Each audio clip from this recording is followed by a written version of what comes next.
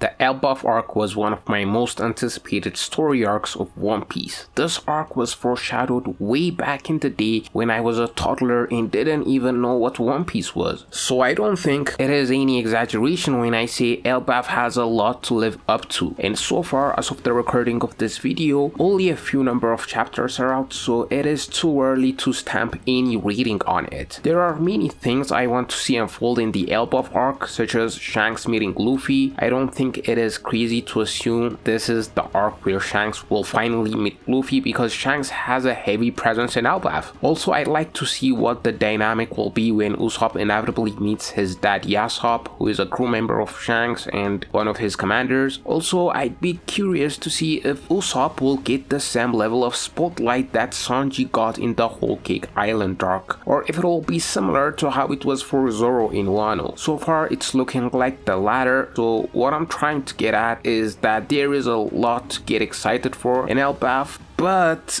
it's looking like one of my most anticipated characters that I hoped will be in Elbaf is looking less likely that they'll make their appearance as more and more chapters are coming out. The characters that I was really anticipating will make their appearance in this arc, aside from the obvious ones like Shanks, were Enel and Urog. And I think I'm not the only one in that camp, as there are a lot of compelling theories out there in the One Piece community for why it would make sense for Enel and Urog to be out there in Elbaf, such as the fact that Elbaf is heavily Norse themed and Enel uses Norse themed attacks as well, such as his attack El Thor. Also, the giant beanstalk we saw back in the Skypiea arc, there is no explanation for it to this day, and it was heavily speculated that it was a branch of the Yggdrasil tree. Now we know it's the treasure tree atom of Elbaf, but when the treasure tree atom got revealed, it didn't seem to have any beanstalk features. So what is going on there? And for Urog, he is the only supernova that is yet to be explored. All the other supernova has been fleshed out, some more than others, such as Law, Bonnie, and Capone Gang Beiji, where we had to spend time with them for arcs, while others such as Apu, Hawkins, Kid Killer, and Drake were all lumped into Wano. Urog is the only one left for us to explore. Now, I don't want Oda to just forget about him because there are so many breadcrumbs deliberately laid out by Oda, such as the fact that he is part of the Sky Race that is actually casually sailing the seas. Why did he leave the Sky People? Why doesn't his wings match with the wings of the Shandians and Skypians, but instead matches with the other Sky People race called Birkans, which we know was also Enel's homeland that he destroyed and then came to Skypiea to rule over the Skypians? There is a lot of potential for the story of One Piece. It can go to interesting directions through the character of Urog and Enel, and I wish that Oda is just saving them for some point in the arc. I hope he didn't flat out forget about them. Also, when the Straw Hats first got to the White Sea in the Skypiea arc in mid-Gunfall, he assumes that they used a pathway called the Summit of High West. We still don't know what that is, and it was speculated by many theorists in the One Piece community that it was a pathway that was laid out by the giant Jack Beanstalk of the Yggdrasil tree that was going to be in Elbaf. Now that we are finally here in Elbaf, we can clearly see that there is no beanstalk-like features for the Atom Tree. So what is going on? Does Skypiea have no relations to Elbaf, and have we been looking for things in the wrong way? Maybe that's the case, but maybe there is a reason to it that I'm hoping is not actually the case, and that is Oda just doesn't want to incorporate those elements because it might make Elbaf longer than he wants it to be. Because let's not forget, there were rumors going on before the Elbaf arc started that it might be skipped, and that rumor mainly started by Oda's former editor, and Oda also had stated that he had thought of a pathway for writing the story of One Piece without the Elbaf arc. If you guys want more information on this, you can watch Grand Line Review's video on it titled Elbaf Was Not Meant to Happen. I'll leave a link down in the description. So I feel like the fact that we don't see the giant Jack Beanstalk-like features on the Atom Tree might imply that Oda just doesn't want to delve into it because it'll make the story of One Piece even longer. Also, there doesn't seem to be any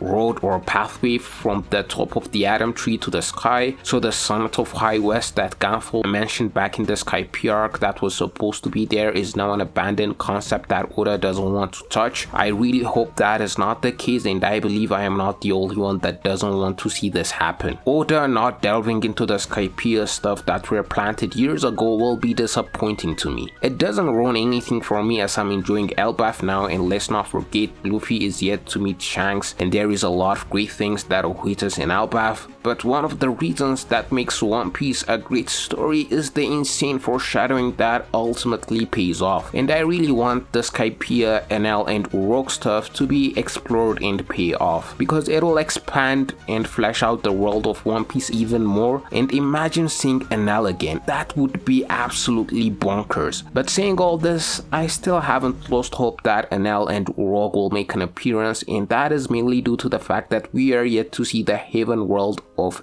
Elbaf, which is the treetop of the Atom Tree. Maybe when we go there we might see Uruk there trying to go to a sky island from there. Maybe the reason we haven't seen the Summit of High West is because it is an invisible road such as the one Apu and his crew encountered when they first got into the New World while being chased off by giant boars. Or maybe all those things such as the Summit of High West and the Enel and Uruk stuff is not meant to pay off in this arc but in a future arc instead. But I have my doubts that's the case. But one thing that gives me hope Uruk at least will show up is because of Bonnie. You see, after Bonnie finally got that spotlight in Egghead, it gave an indication to me that Oda still remembers and values the supernova, at least the ones we haven't yet seen, and Uruk is the only remaining one. And seeing that Elbaf is shaping up to be one of those slow burn One Piece arcs, it's looking like there will be ample time for us to delve into his character, and it could lead to a whole lot of exciting avenues to take the story to. We could learn about Uruk and Enel's relationship as they are both from Birka, and let's not forget Uruk was one of the supernova who defeated a pacifista solo in the pre-time skip, while it took all of the Straw Hats to defeat a single pacifista, and it took Kid and Law teaming up to defeat one as well. Also, let's not forget that he defeated one of the commanders of Big Mom when Luffy and Ko were training during the 2-year time skip. So strength wise,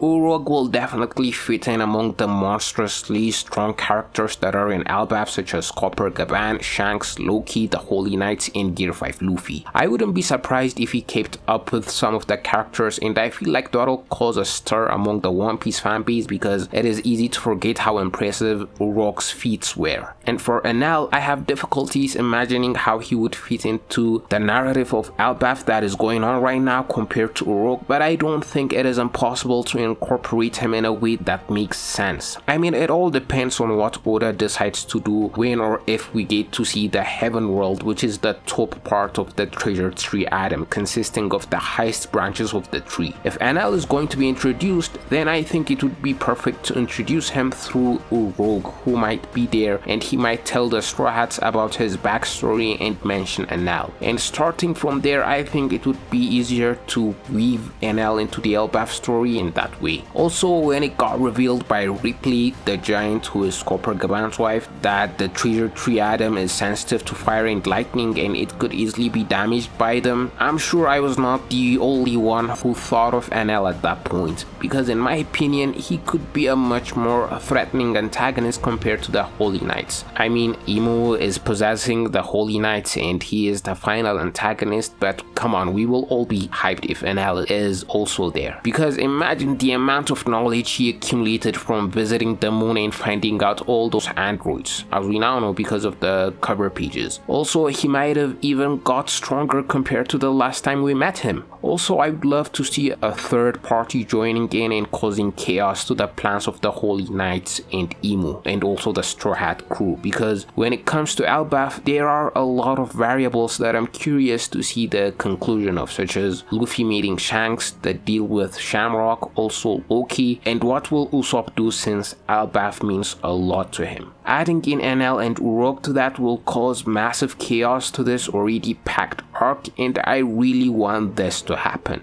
If you agree with me or disagree, let me know in the comments down below. Also, if you've made it this far into the video, please make sure to subscribe, it will mean a lot. And with that said, see you guys in the next one.